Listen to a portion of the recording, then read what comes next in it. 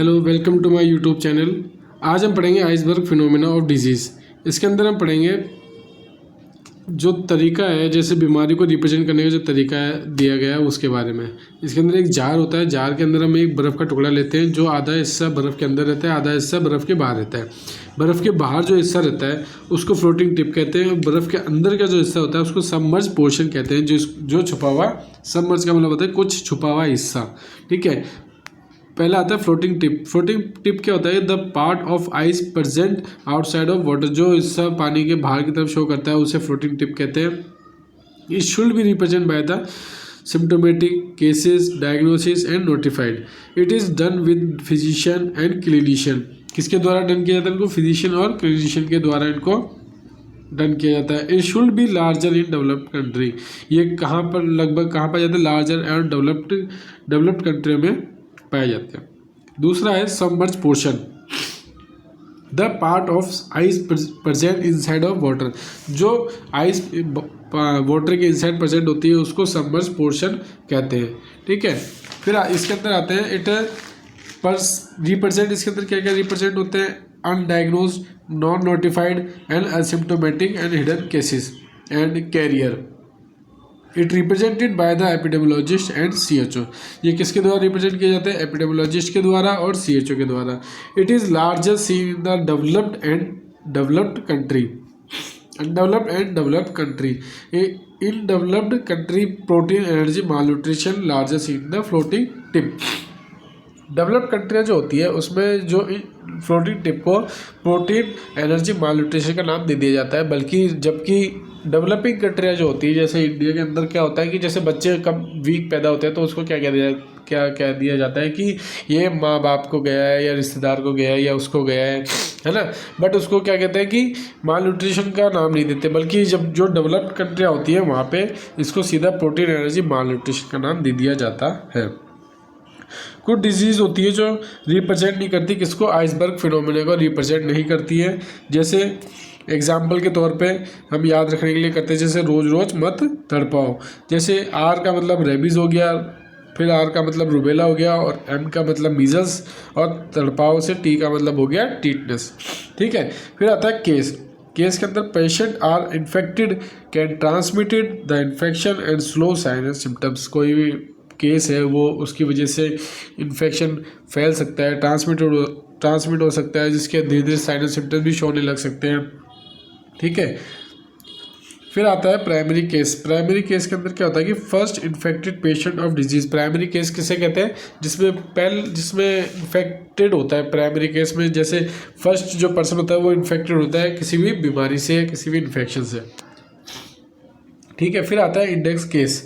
Index case के अंदर होता है फर्स्ट इन्फेक्टेड इंडेक्स केस के अंदर आता है first documented and notified case of disease.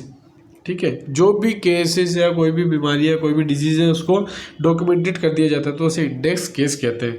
फिर आता है कैरियर। कैरियर के अंदर क्या होता है कि patient are infected can transmitted the infection and not show sign and symptoms. जो पेशेंट है वो इन्फेक्शन को ट्रांसफर कर सकता है और कैरी कर सकता है, are not show sign and symptoms, जिसकी वजह से हमें साइन एंड सिम्टम्स भी शो नहीं होते हैं।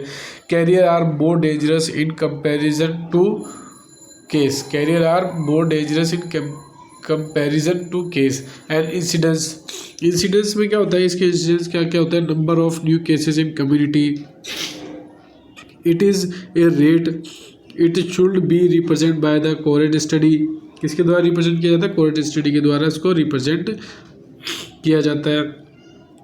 एंड फिर आता है प्रिविलेंस। प्रिविलेंस के अंदर क्या होता है कि number of new plus old cases होते हैं कम्युनिटी के अंदर, जिनको जोड़ते हैं तो उनको प्रिविलेंस कहा जाता है।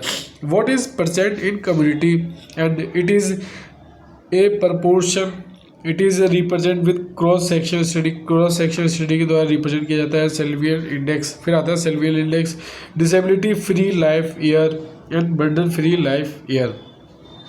ठीक है, डाली के अंदर क्या होता है कि disability adjusted life year and life expectancy. इनको मिला के सेल्वियर इंडेक्स और डाली को मिला के लाइफ एक्सपेक्टेंसी बनता है, लाइफ को जीने का जो तरीका होता है वो। फिर आता है SDI। ठीक है, SDI में होता है ह्यूमन डेवलपमेंट इंडेक्स। ये सारणी जो इंसानों के विकास को मापा जाता है, इस सारणी के द्वारा इंसानों के विकास को मापा जाता है। It is A ranking system होता है। ये क्या होता है? Ranking system that should be provided by UNDP. किसके द्वारा प्रोवाइडेड किया गया था? यूएनडीपी के द्वारा। यूएनडीपी की फुल फॉर्म क्या है? United Nation Development Programme. और ये कब चलाया गया था? 1965 से 1966 में। कहाँ पे? न्यूयॉर्क में। ठीक है, तो इसमें है to every year for every country. ये हर साल हर कंट्री में चलाया जाता है। फिर आता है इसके अंदर स्कोर मिनिमम स्कोर 0 होता है, मैक्सिमम स्कोर इसका 1 होता है ना।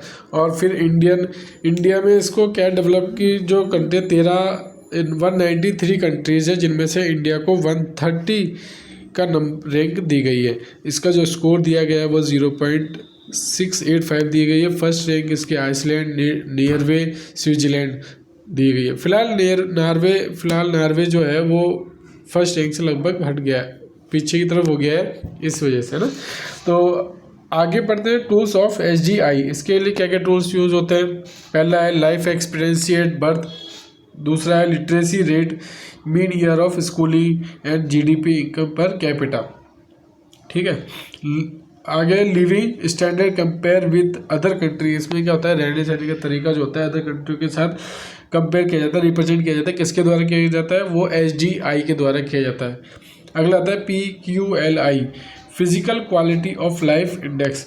इसके अंदर physical quality of life index के अंदर क्या रिप्रेजेंट करते हैं? लिविंग स्टैंडर्ड, रहने सहन के तरीके को इसके अंदर रिप्रेजेंट किया जाता है। इसमें भी मिनिमम स्कोर 0 होता है और मैक्सिमम स्कोर 100 होता है। ठीक है, इसके अंदर भी टूल्स यूज़ किए जाते हैं। टूल्स में पहला टूल्स यूज़ किया जाता है जैसे life expectancy at age 1 year.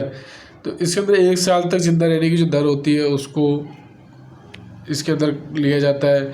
IMR infant mortality rate को लिया जाता है, लिटरेसी रेट साक्षरता की दर को।